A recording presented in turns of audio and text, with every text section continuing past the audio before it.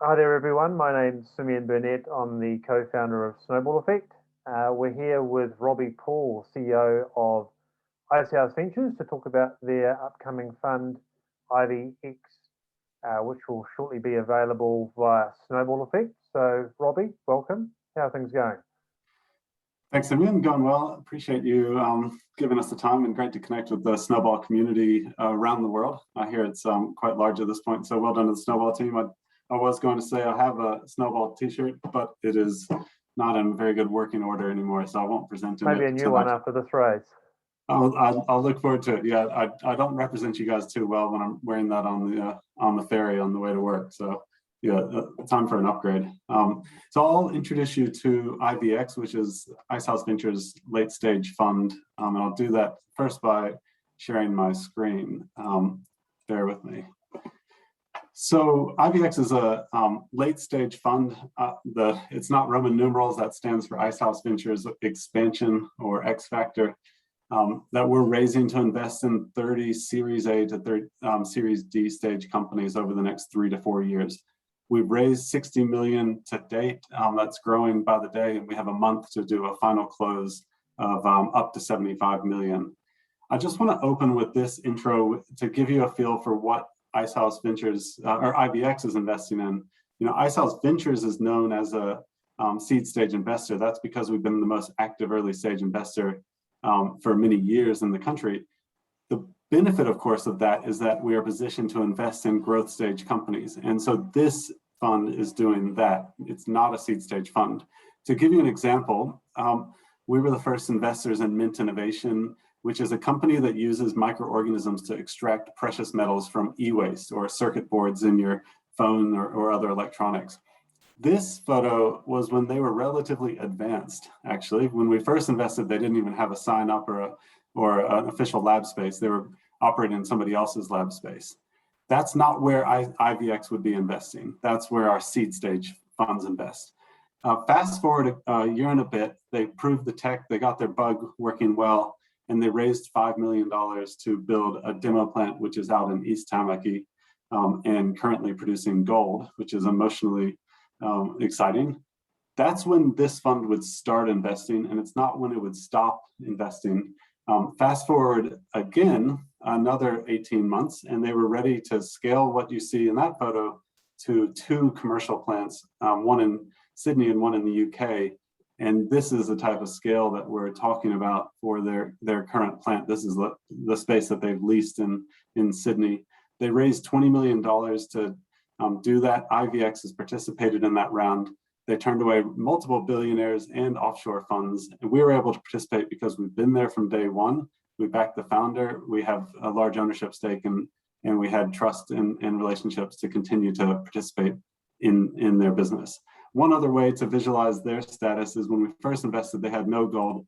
Not long after that, they had a small piece, which you can see on the left, and more recently, they have a larger coin, which it's easier to measure the performance of these guys relative to looking at spreadsheets with software businesses. So what I thought I'd cover is sort of who we are, our unique position in the market, and how the fund works. Icehouse Ventures started investing in 2003. We're a team of 14, mostly based in Auckland, with one person on the South Island. And we're just about to cross over 200 million invested into more than 250 companies, a bulk of those in the last 5 years when we really ramped our activity. We're backed at an operational level with investment from Simplicity, Jarden, and Sir Stephen Tyndall, and 40 other private investors. And we're early investors in a number of companies like Halter, Sharesies, First AML, Mint, Power of Proxy, and Dawn and Crimson, all who've had some recent headlines that you can find online. This is the team. I guess the 2 things I'll point out, 3 things really. One is we are, despite looking young, one of the longest tenured teams in the country. That's why we can move quickly. That's why we've already been able to invest 36 million into companies this year to date. So Jack's been around for 7 years, Jason 7 years, 6 years, Barnaby 5 years, and the rest. And the second observation is our secret weapon, Tom Furlong, who is our resident sort of gray-haired member. He managed hundreds of millions in Series A and Series B investments in the US before he moved here as an investor immigrant and joined the team with us. And before he was a managing partner of his fund for 13 years, he was 13 years as a venture lawyer in the US. So he is a weapon for us to engage with deals and manage transactions, and we're lucky to have him. And the third observation is that we do benefit from having a full suite back office, including a COO and financial controller. So we are operating at a relative scale. IVX has effectively a board, which are these three gentlemen. I think there's higher res photos somewhere out there on the internet that we should find. But they are among the most experienced people you could find to put on a limited partner advisory committee. Damon Crowe has represented Stephen Tyndall for 20 years and sat on a number of fund boards. Hamish Blackman from New Zealand Super, similar story, sitting on other LPACs. And Matthew Hauptman, who represents Simplicity's interest, was a general partner of Pioneer Capital for many years. The founding sort of thesis of the fund is this, which is if you look at the hundreds of companies we've backed, the average time from seed round to Series A is 3 years. And so if you are a fund or if you're an investor looking to invest in a fund, the question is not what are you doing today? It's what were you doing many years ago to earn you access to the top companies that are emerging as Series A stage companies today. And this is a simple way to visualize what we've been doing, which is essentially representing about 50% of the market at seed stage for the last 4 years. This is data collected from the New Zealand Growth Capital Partners, and what we do is get access to that, augment it with any companies that they've missed, and then go line by line and say, well, were we in or were we not? And green shows that we were in almost a majority in a number of years. And our activity at seed stage is not a mistake. That's been an enduring effort for many years, and that includes setting up a number of early stage funds that have different and broader mandates. Specifically, we've partnered with Outset, which is formerly known as Level 2, bought ownership in their operating company and anchored a deep tech fund with them. I sit on the board with Peter Beck and Sean Simpson, the two founders of two unicorn deep tech companies in New Zealand. And that is the only lab space of its kind in New Zealand. It's the only home of Rocket Lab and Lanzatech, and it's the only one that is lucky enough to have Peter Beck and Sean Simpson involved. And that is a way that Icehouse Ventures can broaden its reach and engage with more high quality early stage deep tech companies. Similarly, we launched a fund with Archangels called Archangels Fund that invests specifically in female-led companies. We've backed about 20 companies to date. So these are sort of the three unique advantages that we have, and which is they're time bound, they can't be reverse engineered, and they're as a result of the investment activity we've been undertaking for many years. The first is information, second relationships, and third is rights to continue to invest in companies. And I thought I'd give an example on those, starting first with relationships. This is Sir John Kerwin. He's a co-founder in Mintamia, which is a mental health software company that we've funded. It was co-founded by Adam Clark, who is notably one of the earliest entrepreneurs to sit in Icehouse back around 2001. He built a mobile banking software company, took it to the US, sold that, and then came back and became a very active, engaged investor with us in a number of companies. When he set out to set up his new company with Sir John Kerwin, we were fortunate enough through that relationship to be able to invest. And when they came back for a second round, IVX was fortunate to be able to invest when they just raised $7 million from Pathfinder, ACC, and existing investors. The second is information, which I put up with Jamie Beaton from Crimson as a great example. 2 points. First is, if you were a fund or an external investor observing Crimson from the headlines in the press, you are missing the real data around their performance and their growth. There's not many companies in the country that have scaled to $50 million in revenue in the time that Jamie has. Jamie was my intern in 2013. He went to Harvard and did a 5-year, what was supposed to be a 5-year double degree master's in applied maths and economics, graduated in 3 years, magna cum laude. He was the youngest person in the world to get into the Stanford Exec MBA program, graduated 13th in his class, and then has done a Rhodes Scholarship at Oxford, all while building a 500-person empire with offices around the world and most recently launching the online global private high school, which has got John Key and an Australian Prime Minister on the board of. The second part of information is simply awareness that a capital raise is happening, and most people who would have been interested in investing in this would not have been aware. And we were aware because we had existing an investment in that company and were notified of the capital raise that was happening. That's how IVX got to participate in this most recent round.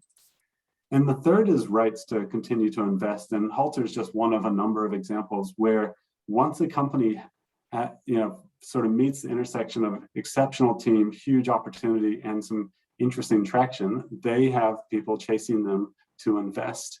And we're saying, well, it would be quite challenging to compete with the biggest and the best funds around the world. Two of the funds in Halter are multi-billion-dollar funds, but we do have one unique position, which is that most of the time we have rights to continue to invest in the companies in which we have shareholdings. And that's, in this case, why IVX was able to participate in Halter and nobody else in the country got to see it. So how does it work? Essentially, this fund starts investing at what we call a Series A, which is raising $5 million or more. Typically, a company that's raising $5 million has raised a few early rounds, has built a team, has built a board, has built a product, and has proven itself and still has growth potential. About a third of all the seed stage companies that we back make it to this stage. So we are already at IVX picking up a small subset of all the great founders who try to start companies but don't quite make it. We're looking for companies, obviously, with exceptional teams, huge markets, and some commercial or technical traction, depending on the type of company. And importantly, while we do not need to lead rounds, we will lead rounds if it gives us allocation terms or access that we otherwise wouldn't have, or if there's particular value that we can add. But what we're looking for this fund to take part is those 5 things, which is great features, a lead investor in place, and most of the capital raised, at which point IVX will start investing. But importantly, IVX does not leave off at Series A. It reserves a fair amount of capital to continue to invest in companies as they scale. And so the result is that some companies could have 0.5 or 1% of the fund allocated to them, and over a number of rounds, some companies could have 10% or more allocated to them. And that's based on a pretty simple observation that the real household names in New Zealand that scale and become multi-billion-dollar companies need and merit and successfully attract more capital as their proof points grow and as their ambition grows, and we want to continue to invest on that journey. So then the question is sort of, well, how as an investor do I realize returns? A few things. It's a 10-year fund with the ability to extend with limited partner advisory committee for 2 years, 1 year at a time. However, there's not one crystallization moment for investors. Rather, at any point, if there's a transaction that takes place, be it a company selling, a company failing or liquidating, or a company listing, that is when funds are proportionately paid out to investors on that company. Meaning the aggregate return that an investor could see from this fund is the aggregate of all the activity that's taken place. I've got my 2-year-old here. Hey, it's her birthday today. And the last point I'll make is that while our seed stage funds are investing in companies at sort of day one of what could be 15-year journeys, we're typically investing in companies with IVX that are 5 or even 10 years old. And Shuttle Rock is an example of a company that just turned 10 that we funded. So we're raising up to 75 million. We've got 60 million committed to date, and the minimum commitment is 50K, which is paid over 4 years in 25% chunks. I'll point out that the management fee is 1%, which is essentially half price any other fund in the market at this point. So thanks, Simeon, for the opportunity, and thanks to everybody for listening, and I look forward to having you engaged. I'll stop sharing. Hey, thanks for that, Robbie. I think a nice little scene setter there for people as they begin to think about potentially investing in the fund. And obviously, once the fund investment opportunity goes live, there'll be the chance to ask questions online, and there could be some other opportunities for a more formal discussion about how things are tracking. But I think the purpose of this was really to set the scene, get people a bit of a taste of who you guys are, what you're up to, and what the investment opportunity is with IVX. So thank you very much for that. Great. Yeah, thanks, Samir.